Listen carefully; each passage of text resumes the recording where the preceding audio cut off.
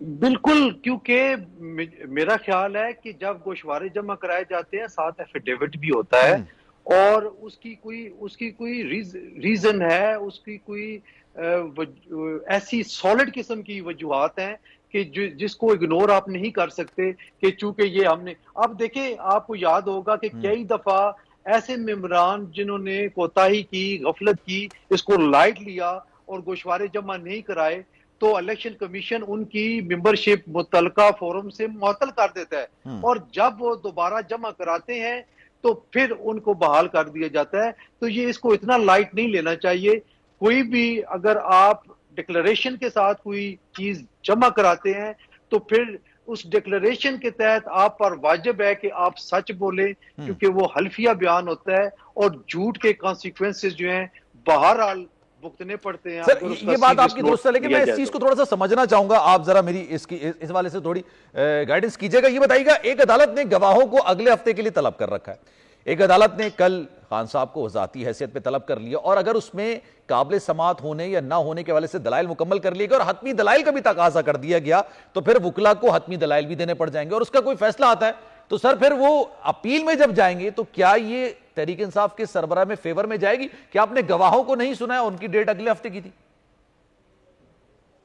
دیکھیں یہ بھی جج صاحب نے میں سمجھتا ہوں بڑے ادب اور احترام کے ساتھ یہ بھی انتہائی عجلت میں فیصلہ کیا ہے اور قانون کے تقاضوں کو ملحوظ خاطر نہ رکھتے ہوئے کیا ہے. دیکھیں جب آپ ایک 342 کی سٹیٹمنٹ میں ایک پرٹیکولر کوسچن کرتے ہیں کہ کیا آپ اپنی ڈیفینس میں اپنی صفائی میں کوئی شہادت دینا چاہتے ہیں تو اس کا جواب افرمیٹو آتا ہے تو وہ پھر اس کی جو ایویڈنس ہے اس کو لینا چاہیے. دیکھیں آپ بغیر ان کو اس کی ایویڈنس کو ریکارڈ کیے کیسے کہہ سکتے ہیں کہ یہ irrelevant ہے. ان کو irrelevant ڈکلیئر نہیں کرنا چاہیے تھا فاضل عدالت کو، اس کو چاہیے تھا کہ وہ اگر وہ 2 دن کی ڈیٹ مانگ رہے تھے 2 دن کی ڈیٹ دے دینی چاہیے تھی، سفیشینٹ اپرچونٹی دینی چاہیے تھی ملزم کو کہ وہ اپنی شہادت صفائی پیش کرے اور اگر وہ پیش کر دیتا ان کے پاس پورا ایک اختیار ہے کہ فائنل ججمنٹ جب انہوں نے اناؤنس کرنی تھی اور اگر اس نتیجے پہ پہنچتے ہیں کہ یہ irrelevant ایویڈنس ہے تو اس کو ڈسکارڈ کر سکتے تھے ججمنٹ کے اندر. لیکن پری میچور ہے یہ فیصلہ میں سمجھتا ہوں. اور دوسرا آرٹیکل 10A کی خلاف ورزی ہے. آپ فیئر ٹرائل کی جب بات کرتے ہیں تو پھر فیئر ہونا چاہیے، اس میں انفیئرنس نہیں ہونی چاہیے. اس لیے عدالت نے یہ بھی غلط کیا اور مجھے لگتا ہے کہ جب اسلام آباد ہائی کورٹ میں وہ اپیل جب لگے گی فکس ہوگی اور سننے میں یہ آ رہا ہے کہ وہ فکس ہو گئی ہے تو پھر اس کا بھی یہی ریزلٹ آئے گا جو آج مینٹینیبلٹی والی اپلیکیشن کا ہوا ہے. ٹھیک ہے سر، اگر آپ اجازت دیں مجاہد بریلوی صاحب بھی ہمارے ساتھ موجود ہیں. میں کیونکہ حسن صاحب آپ سے مزید بھی بات کروں گا، اس کی وجہ یہ ہے کیونکہ ابھی نگراں سیٹ اپ کے حوالے سے کئی شک و شبہات ہیں، قانونی آئینی پیچیدگیاں ہیں اور آپ سر ریلیونٹ شخصیت ہیں، آپ اس میں ذرا ڈیٹیل میں بتائیے گا. مجاہد صاحب سر یہ بتائیں کہ یہ توشہ خانہ کا جو کیس ہے یہ اپنے منطقی انجام تک پہنچتا ہوا نظر آ رہا ہے؟ آپ کو کیا لگ رہا ہے خان صاحب کے جو وکلا نے ایک یہ اینگل لیا ہے کہ جناب ہم نے FBR میں تو جمع کرا دیا گیا تھا لیکن ہاں ہم گوشوارے میں جمع نہیں کرا، اب یہ چیز کیا ان کی نااہلی کی طرف لے جائے گی معاملے کو؟ دیکھیں بادشاہ صاحب ابتدائی محترم اور میرے لیے ہیں، قانون کے حوالے سے ان کا کہا حرف آخر ہے اور ہمارا جو سبق ہے صحافت جو سینئر سے ملا ہے کہ اس جگہ پر گراؤنڈ میں مت کھیلو جہاں کا تم اس کے فیلڈ کے سے واقف نہ ہو. تو آئین اور قانون تو آپ بادشاہ صاحبی سے پوچھیے. اچھا لیکن میں اسے ہٹ کے کہوں گا کہ آپ کا سیاسی تجزیہ کیا کہتا ہے صحافتی؟ نہیں سنیں، کس آئین اور قانون میں آپ بات کر رہے ہیں؟ کیا آپ قومی اسمبلی اور سینٹ میں ایک ہفتے سے تماشا نہیں دیکھ رہے جس میں فرینڈلی اپوزیشن کس طریقے سے آئین اور قانون میں بات کر رہی ہے؟ مجھے حیرت ہے. شکر ہے کہ میں نے پاکستان بار کونسل کا ایک رد عمل دیکھا آفیشل سیکرٹ ایکٹ کے تحت. جناب وہ یعنی اتوار کے دن چھٹی کے دن جو ہے یہاں پر وہ میں نے سنا رانا صاحب وہاں چلے گئے شاید کربلا کہیں دعائیں نیاز مانگنے چلے گئے جو پیش کرنا تھا وزیر داخلہ کو، شاید پھر وہ وزیر قانون کو پیش کرنا تھا. المیہ دیکھیں کہ پیپلز پارٹی کے شہادت رحمان بل پیش کرتے ہیں اور بل کے کیسے کیسے خوفناک مندرجات تھے اتوار کے دن پیش کرتے ہیں. بعد میں وہ ٹھیک ہے، وہ ہمارے بیچارے میرے دوست پور رضا ربانی کی آنکھوں میں آنسو آتے ہیں، بل پر پھینک دیتے ہیں. آپ ایسے ایسے بل جس یوزلیس طریقے سے پاس کرا رہے ہیں، وہاں آپ بادشاہ صاحب سے بنیادی عمومی نوعیت کی باتیں پوچھ رہے ہیں کہ آئین کیا ہوتا ہے، قانون کیا ہوتا ہے، عدالتیں کیا ہوتی ہیں. ہم نے نہیں دیکھا یہ پاکستان کی عدالتوں کو، ججوں کو، آئین کو، قانون کو 2 دن میں 53 بل 2 دن میں کس طرح پاس کیا ہے. قومی اسمبلی میں بھی نہیں پیش کیا گیا، ڈائریکٹ سینٹ میں آ گیا، سینٹ کی کمیٹی کو بھی نہیں کیا گیا، سینٹ میں پیش کر دیا گیا. جو آپ نے دوسرا بل لے کے آئے کہ ہم بغیر وارنٹ کے ایجنسیاں اور ادارے کسی شخص کو بند کر سکتے ہیں اور پوچھ بھی نہیں سکتے. بتائیے یہ وکلا نے بڑی ضرورت کی ہے نا قربانی کی. ایجنسیاں کون سی ہیں؟ کون سی ایجنسیاں؟ کون سے سیکورٹی ادارے؟ وارنٹ بھی نہیں لیں گے آپ. سادہ کپڑوں میں اگر کوئی گنڈے بدماش ہمارے محلے کے ہمارے گھر میں گھس آئے کہیں جی ہم ایجنسی ادارے کے ہم کچھ کر سکیں گے ان کا؟ ہم کیا نہیں پوچھیں گے تم کون ہو؟ شناختی کارڈ پوچھیں گے. آج 90 دن کے بعد 37 عورتیں جیلوں میں ہیں. فی الحال تو روک لیا گیا نا اس کو. ابھی وہ آپ کی بات بالکل درست ہے کیونکہ اس میں تو پاکستان پیپلز پارٹی کا بھی موقف نکل کر آئے. کون سے بل پاس نہیں وہ تو اس لیے ہوئے کہ یہ تو ٹیسٹ کیس ہے. یہ تو جیسے اسحاق ڈار کا یہ پتہ پھینکا جاتا ہے، یہ ٹیسٹ کیس تھا. چیک کرنے کے لیے رد عمل آتا ہی نہیں آتا ہے. پانی کتنا گہرا ہے؟ بیوقوف ہیں. پہلے تو یہ بتا دینا کہ منسٹر آف اسٹیٹ کے پاس یہ بل کہاں سے آیا، کس نے ایس ایم ایس کیا، کس نے واٹس ایپ کیا. جناب کیا اپنے بیوقوف سمجھتے ہیں کہ شاہد رحمان کو میں جانتا ہوں کراچی کے وکیل یہ بل پیش کر سکتے ہیں وہ؟ میں سر ایک قانونی نقطہ یہ بھی ہے جیسے کہ آپ نے خود کہا نا کہ یہ قومی اسمبلی کے اندر نہیں آیا اور قانون کو بنایا جاتا ہے، بل بنتا کیسے ہے، پروسیجر کیا ہے. ٹھیک آپ کی بات درست ہے. پاشا صاحب کی طرف میں جاتا ہوں. میں ذرا مجھے ایک چیز سر بریلی صاحب مجھے ایک چیز معلوم کرنی یہ ہے، ایک ذہن میں میرے ابہام یہ ہے کہ اگر یہ سینٹ کا جو بل ہے لیٹ سپوز یہ سگنیچر صدر صاحب نہیں کرتے ہیں، لیٹ سپوز نہیں کرتے ہیں، اس کے بعد یہ واپس قومی اسمبلی میں آتا ہے تو 9 تاریخ کے بعد تو قومی اسمبلی نہیں رہے گی، تو یہ قومی اسمبلی میں آئے گا یا سینٹ میں آئے گا؟ شرمناک بات یہ ہے کہ یہ آپ کے الیکٹڈ، یہ جمہوریت کے دعوے دار، یہ انسانی حقوق کے لوگ یہ بل پیش کر رہے ہیں جو ماشاء اللہ کے دور میں نہیں پیش ہوئے تھے. پاشا صاحب سے پوچھے نا سر، آپ اجازت دیں تو بل آئے 2 بل خاص طور پر بغیر وارنٹ والے اور یہ ٹھیک ہے. پاشا صاحب بات ہے پاشا صاحب بالکل بات درست ہے. پہلے یہ بل تھا 100 سال پہلے انگریز کے دور کا 1923 کا. 100 سال میں کبھی موقع نہیں ملا ہمیں. جی 56 میں نہیں ملا موقع ہمیں. انگریزوں نے بھی جا کے 89 لکھ کے ہمیں 73 میں بھی نہیں موقع ملا. اتنی آئین سازی ہوئی کبھی بالکل ضرورت ہی نہیں پڑی. آج 100 سال بعد ہمیں یہ بل یاد آیا آفیشل سیکرٹ ایکٹ کا. ٹھیک ہے پاشا صاحب سر یہ بتائیے گا اب لیٹ سپوز اگر یہ بنیادی سوال یہ بھی ہوتا نا کہ سینٹ میں پیش کیا گیا، بہت سارے بل ایسے تھے جو کہ قومی اسمبلی سے پاس نہیں کیے گئے، اگر یہ بل صدر صاحب کے پاس جاتے ہیں اور صدر صاحب اس کو سگنیچر کیے بغیر واپس بھیجتے ہیں قومی اسمبلی، مین وائل 9 تاریخ ہو جاتی ہے، 9 تاریخ کو اسمبلیاں تحلیل ہو جاتی ہیں، اگر اسمبلیاں تحلیل ہو جاتی ہیں پھر اس قانون کی قانونی حیثیت کیا رہے گی؟ مطلب یہ پھر قانون کی شکل اختیار کرے گا نہیں؟ دیکھیں ایک تو بات کی میں وضاحت کرتا چلوں کہ ماں سوائے مالیاتی بل کے باقی ہر بل کوئی قدغن نہیں ہے کہ آپ سینٹ میں پیش کریں یا قومی اسمبلی میں پہلے پیش کریں. کوئی قدغن تو اس میں یہ کہنا کہ سینٹ میں پہلے پیش کیوں کیا قومی اسمبلی میں کیوں نہیں کیا، یہ کوئی اس کی سگنیفیکنس کوئی نہیں ہے. ٹھیک ہے جی. دوسری بات جو ہے وہ جو آپ نے کی ہے کہ 2 معاملات پہ یہ جو ہے نا یہ معاملہ الجھا ہوا نظر آ رہا ہے. فرض کر لیں کہ اگر قائمہ کمیٹی اس کو منظور کر دیتی ہے اور سینٹ اپروو کر کے صدر کی طرف بھیج جاتی ہے تو صدر اگر ریفیوز کر دیتے ہیں اس بل پہ کو انڈوز کرنے پہ تو واپس آئے گا، تو واپس پھر آئین کے مطابق قومی اسمبلی اور سینٹ کے مشترکہ اجلاس میں پیش ہوگا. اب جب قومی اسمبلی 9 تاریخ کو تحلیل ہو چکی ہوگی تو پھر یہ اسی طرح لٹکا رہے گا. یہ اس کو کمپلیٹ ایکٹ ہم نہیں کہیں گے. ایک اور صورت بھی ہو سکتی ہے کہ جس طرح سٹینڈنگ کمیٹی میں یہ بھیجا گیا، چیئرمین سینٹ صاحب نے بھیجا اس کو، تو وہاں پہ بھی ہو سکتا ہے کہ جو سٹینڈنگ کمیٹی کے ارکان ہیں، موجودہ صورتحال جو ہمیں اسمبلی میں نظر آ رہی ہے کہ اتحادی حکومت کے جو اراکین ہیں وہ بھی اس بات پہ نالاں ہیں کہ ہم سے پوچھا نہیں گیا اور یہ کیسے ہو گیا.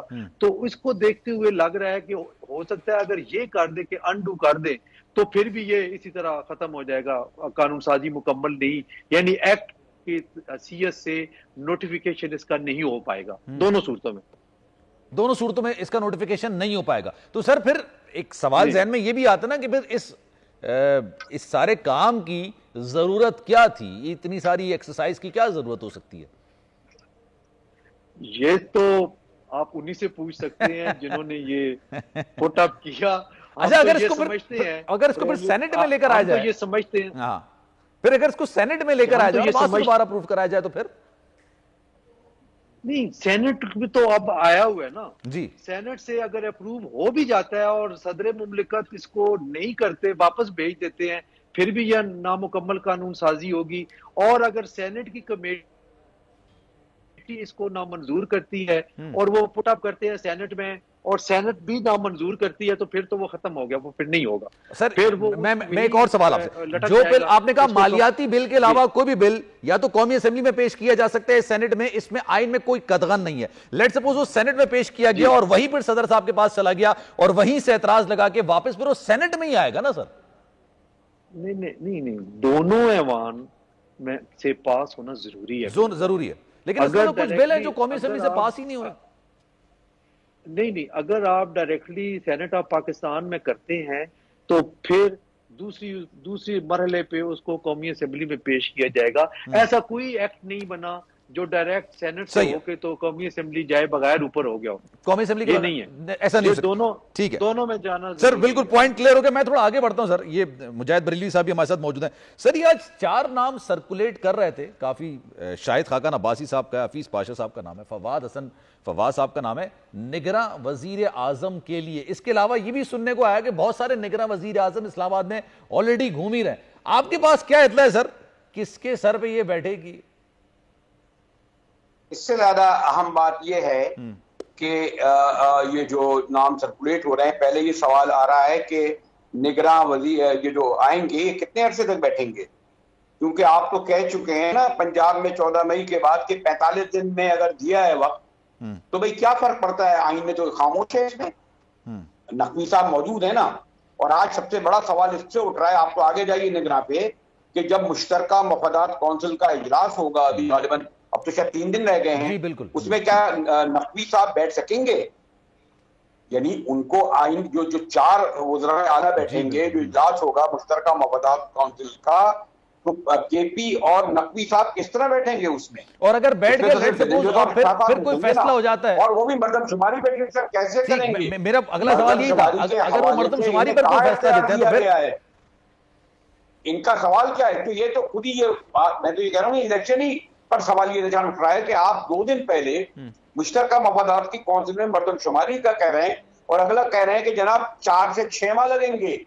یعنی مطلب یہ کہ جو بھی آئے گا وہ 6 ماہ نہیں رہے گا, 1 سال رہے گا. سر اس میں یہ بھی تو ذہن میں رکھیے, اگر یہ ایلیمنٹ بھی نکالا جائے بریلوی صاحب, یہ والے جو سوال کرتے ہیں اس کے پیچھے بھی تو دکھا کریں کہ عوامل کیا ہیں. سر مجاہد صاحب آپ کی بات درست ہے, لیکن اس کے اندر ایک چیز یہ بھی نا, پیپلز پارٹی کو آپ اٹھا کے دیکھیں, مسلم لیگ نون کو آپ اٹھا کے دیکھیں, متحدہ قومی موومنٹ کو آپ اٹھا کے دیکھیں, JUI کو آپ اٹھا کے, پچھلے 3 دن سے میں نے تمام جماعتوں کے نمائندگان کو اپنے ساتھ بٹھا کے گفتگو کی. انہوں نے کہا کہ وہ نئی مردم شماری, نئی حلقہ بندیوں کے تحت انتخابات میں جانا چاہتے ہیں. تو سر اگر اس میں 6 مہینے لگتے ہیں, میں یہ نہیں کہہ رہا کہ لگتے نہیں, کیونکہ حجت تو یہ بتاتی ہے کہ جناب اس سارے معاملے میں 6 مہینے لگ جائیں گے, تو ان کو اعتراض تو نہیں ہوگا.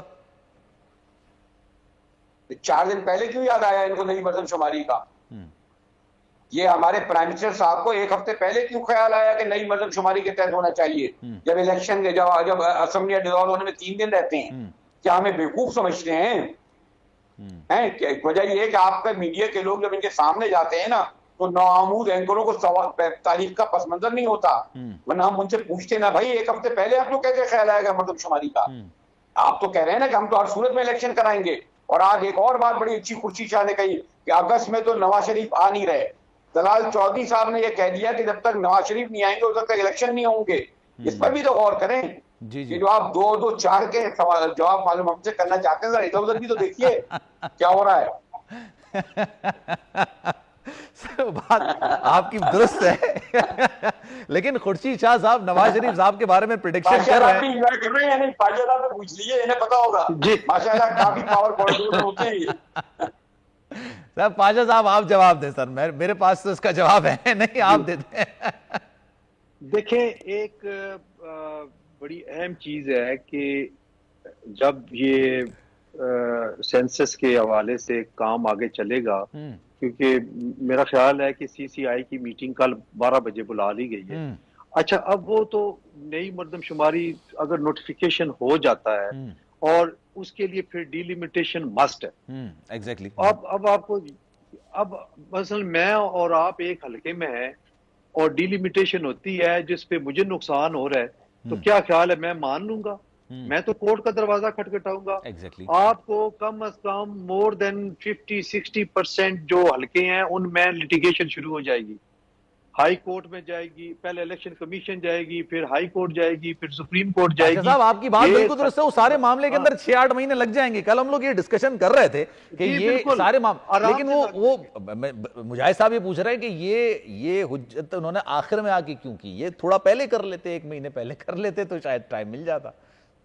نہیں, میں بڑے ادب اور احترام سے مجاہد صاحب کو یہ یاد کراؤں گا کہ جب پنجاب اور کے پی اسمبلیوں کا تحلیل ہونے کے بعد الیکشن کے معاملات چل رہے تھے تو ایک گراؤنڈ یہ بھی تھی ان میں الیکشن نہ کرانے کی کہ ابھی جو ہے وہ مردم شماری ہو رہی ہے, اس پروسیس میں گزر رہے ہیں, وہ جب کمپلیٹ ہوگی تو پھر ممکن ہو سکے گا الیکشن. تو یہ تو ان کا پہلے سے یہ حکومتی اتحاد کا یہ پہلے گراؤنڈ تھا پہلے سے. آپ کس طرح کہہ رہے ہیں کہ یہ نئی بات ہے؟ یہ باتیں ڈیورنگ ہیئرنگ یہ کی گئی ہیں. چلیں سر مجھے ایک بریک لینا ہے, ہمارے ساتھ موجود ہیں مجاہد بریلی صاحب, آپ ہمارے ساتھ موجود تھے, بہت شکریہ آپ کا. ایک بریک لیتے ہیں جناب, بریک کے بعد واپس آئیں گے. حسن رضا پاشا صاحب ہمارے ساتھ موجود ہیں, کچھ قانونی اور آئینی معاملات پر ان سے ذرا مزید بات کریں گے. آگے چل کے اسامہ غازی صاحب بھی مجھے جوائن کریں گے. ایک بریک لیتے ہیں, کہیں جائیے گا نہیں.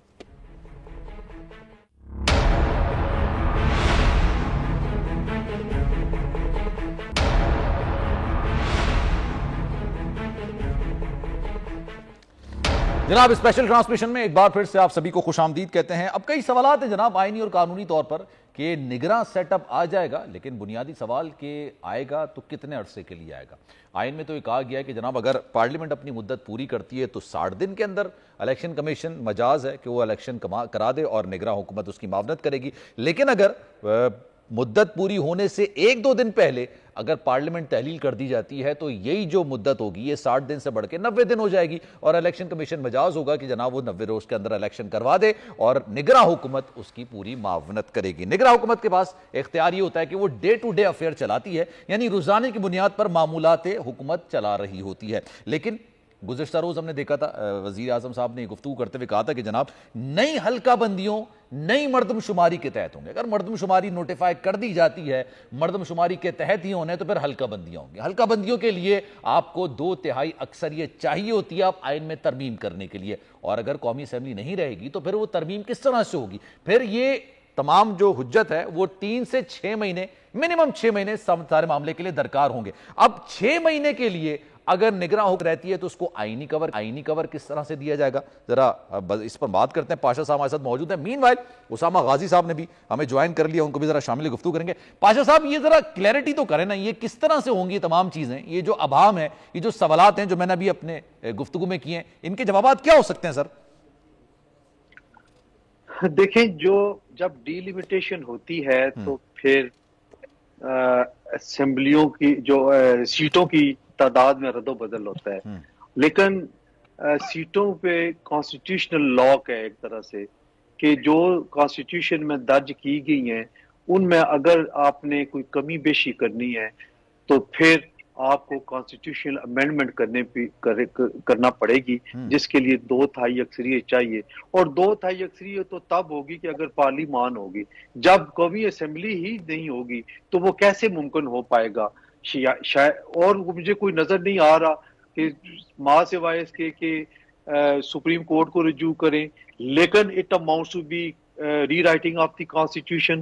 سپریم کورٹ کے پاس بھی یہ اختیار نہیں ہے کہ وہ سیٹوں کو بڑھائے, کیونکہ کانسٹیٹیوشنل امینڈمنٹ کے بغیر ممکن نہیں ہے.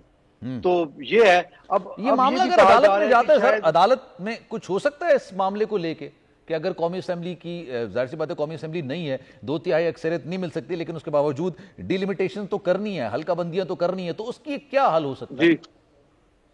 پھر نظریہ ضرورت ایک دفعہ پھر جگانا پڑے گا, پھر اور کوئی صورت بچتی نہیں ہے کہ آپ نے اس کانسٹیٹیوشنل جو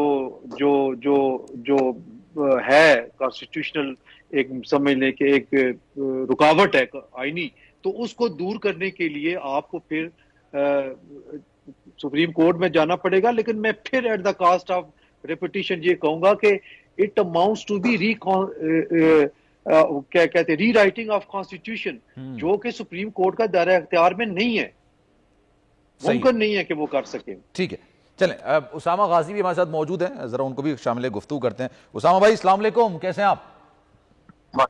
زبردست الحمدللہ. چلیں سر یہ بتائیے گا, بہت ساری باتیں ہیں, بہت سارے ابہام ہیں, بہت سارے سوالات ہیں, اور ان کے جواب یقین جانیے پراپر طور پر تو آئینی ماہر, قانونی ماہروں کے پاس بھی مطلب وہ اس طرح سے ہیں کہ ہم اس پر بات کر رہے ہیں کہ یہ ہو جائے گا تو وہ ہو سکتا ہے, وہ ہو جائے گا تو یہ ہو سکتا ہے, مطلب ہم مفروضوں کی بنیاد پر بات کر رہے ہیں. لیکن بنیادی سوال یہ جو نگراں سیٹ اپ آ رہا ہے 9 تاریخ کے بعد, یہ کتنے عرصے تک کے لیے رہے گا؟